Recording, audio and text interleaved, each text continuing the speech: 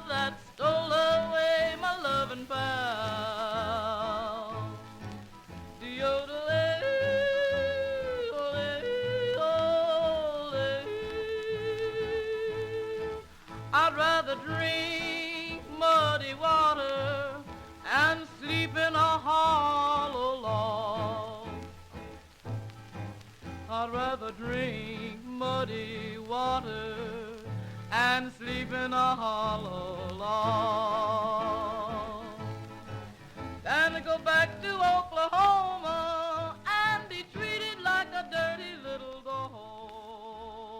That was T for Texas by Jimmy Rogers. I am Louis Butch Rothers, and you're listening to WBU Radio Antioch. It's Tuesday, February the 28th. Today's weather is partly cloudy, with a forecasted high temperature of a fair 35 degrees.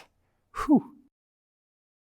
This morning, I will be speaking with the ever-popular and inspirational Miss Mary Stanley, librarian at our Antioch Library. Also joining me are library volunteers Mr. Elmer Brook and Mrs. Della Matthews. But first, a word from our sponsors. Does your automobile need new tires? Fret no more. Antioch Sales and Service Garage has the greatest tire value ever offered. We have Firestone gum dip tires, the tires that give the most mileage and the best service. The tires that surpass all others in quality of materials and workmanship. The tires that come to you without high prices. Antioch Sales and Services Garage is headquartered here for these Herculean tires. Their big stock includes every size balloons, high-pressure tires, as well as truck and bus pneumatics. Our service is complete in every detail. Come in and take advantage of it today. Welcome back, ladies and gentlemen. As I said before, today I am chatting with the new librarian and two volunteers from our very own Antioch Library, located in Antioch Village Hall. How are you all on this lovely morning? It's wonderful to be here again, Butch, and I am quite well, thank you. I'm fantastic, Butch. How about you? Tip-top, Elmer. Thanks for asking. I am well, thank you. Although I should point out that I am hardly a fresh face in Antioch. I moved here in 1922 and began volunteering at the library and the Methodist Church in 1924. And we were able to offer Miss Stanley a paid position as our librarian in 1926. Yes, of course. I'm sure our listeners are all familiar with you and with the library. I hear you have some exciting new things planned. Tell me a little bit about that.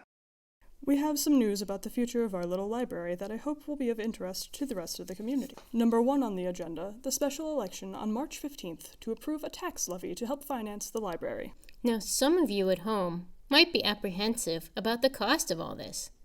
Therefore, we thought we would tell you all about the wonderful services the Antioch Library provides to help shine a beacon on our place in the community. Yes, and if in the end our reasonable aims are obtainable, we should be happy. Sounds good to me. The library currently resides inside Antioch Village Hall, and while we have made a cozy homestead there, some problems have arisen because of our location. For one thing, our lovely little library has grown by leaps and bounds.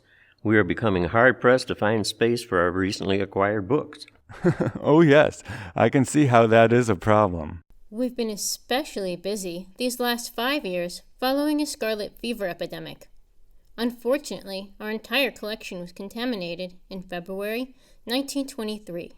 We had to burn all the books to prevent further spread. It was a tragedy, but we have managed to rebuild some of our collection. Mary, don't be humble. Miss Stanley has put in countless hours of tireless work to locate and obtain good books for our library. Mr. Brooke, Mrs. Matthews, let's try to keep our focus on the library. Yes, of course. This past Christmas, Mary added 51 volumes of fiction to the collection, including, but not limited to, The Wreck of the Sea Lion, a nearly complete Stratford edition of Shakespeare, and Pride and Prejudice. Some were donations, and Mary purchased others with funds raised by the Antioch Women's Club. Amazing.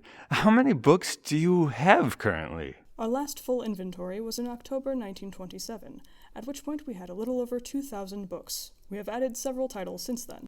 Other than needing more space, why else should we vote for this tax levy? As you know, the library is located inside the village hall, which presents some unique challenges. Like what? The area where Miss Stanley reads to the children is directly above the jail cells. The sounds of criminals rattling chains down below is forever bothering the children. I hope we can remedy that, Miss Stanley. Is the Antioch Women's Club still involved with library projects? Oh, yes. I don't know what I would do without our Women's Club volunteers. What else has the Women's Club been up to as of late, if you don't mind me asking? Not in the slightest, Butch. Just last Monday, we held a card party meeting at the home of Mrs. G.W. Jensen, where we raised funds for the Park Ridge School for Orphans. It was a spectacular event.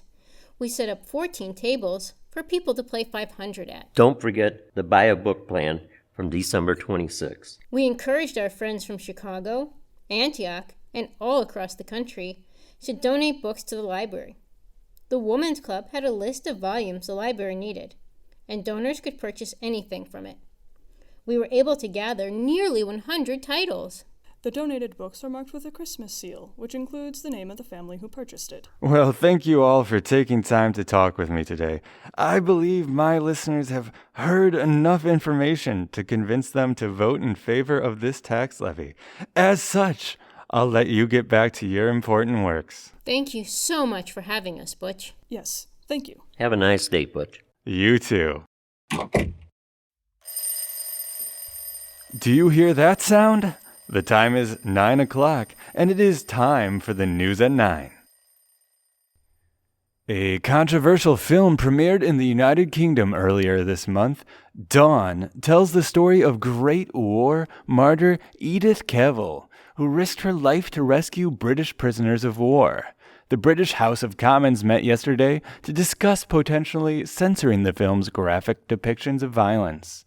Minister of Health Neville Chamberlain said, "I believe that account of the execution to the wholly apocryphal, and I hold it as an outrage on a noble woman's memory to turn into melodrama for the purposes of commercial gain, so heroic a story." In Antioch news, local talent will perform The Flapper Grandmother at the high school on March 6th. I, for one, am looking forward to it. Paving of Zion Rockford Route 173 is set to begin in the summer. This news comes directly from the office of Governor Len Small. Last, but certainly not least, the Grass Lake lotus beds are expected to return this year. It is thought that the lotus beds at Grass Lake are making a comeback after several years' bad condition. Plunderers and high water have been given the beds a severe setback. Today the patch is comparatively small, but the residents say they've had setbacks before and believe the lotus beds will survive. This is all for our news today. I will be back with an update on the weather after some music.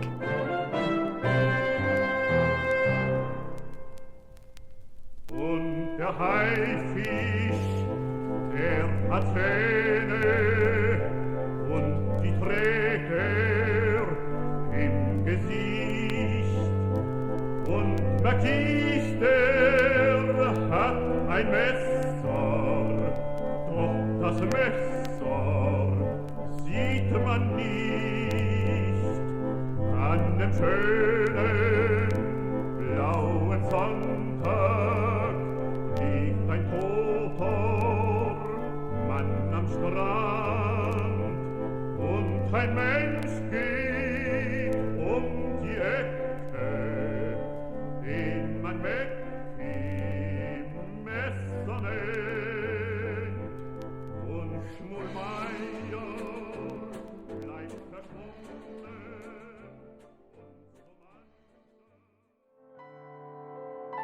Next time on the 100th Anniversary Radio Show Podcast, Episode 3, The Second Librarian, Mrs. Marion Rigby. This podcast was brought to you by the Antioch Public Library District. Our screenplay was written by Rachel Stein.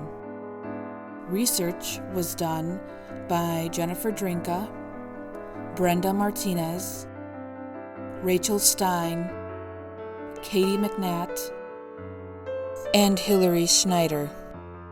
Edited by Brenda Martinez. The cast: Rachel Stein as Mrs. Della Matthews, Katie McNatt as Miss Mary Stanley, Bill Jones as Elmer Brooke, and Sam Langford as Louis Butch Rothers. See notes for more details.